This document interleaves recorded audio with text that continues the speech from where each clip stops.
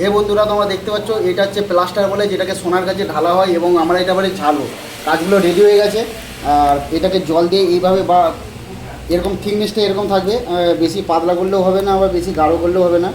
এটা একটু পাতলা হয়ে গেছে, তাই একটু গুঁড়ো প্লাস্টার আর একটু মিশিয়ে দেবো, যে এটা যেমন গুঁড়োটা এটা একটু হালকা টাইট হয়ে যায়, যাতে আমাদের ঝালতে সুবিধা হবে, নাহলে তারগুলো এদিক ওদিক হয়ে যাবে বা ডাইগুলো এদিক ওদিক হয়ে যাবে। স্টার্ট করেছিস? তো দেখতে পাচ্ছ আমরা এবারে কাজগুলো সাজানো গেছে, এগুলো এভাবে আস্তে আস্তে চাপা দিয়ে দেবো, ঠিক আছে?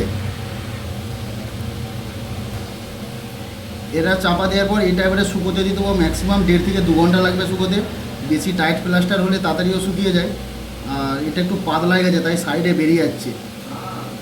এগুলো আমরা এবারে ঝালার জন্য রেডি করে নেবো। প্লাস্টার ঢালার পরেই শুকিয়ে আমরা হিটমেটে তুলে নেব গঞ্জেলে।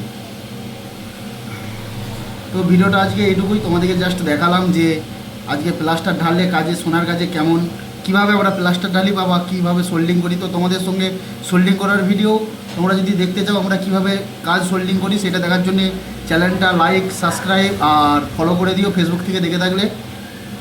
তো আমাদের এভাবে পাশে দেখো।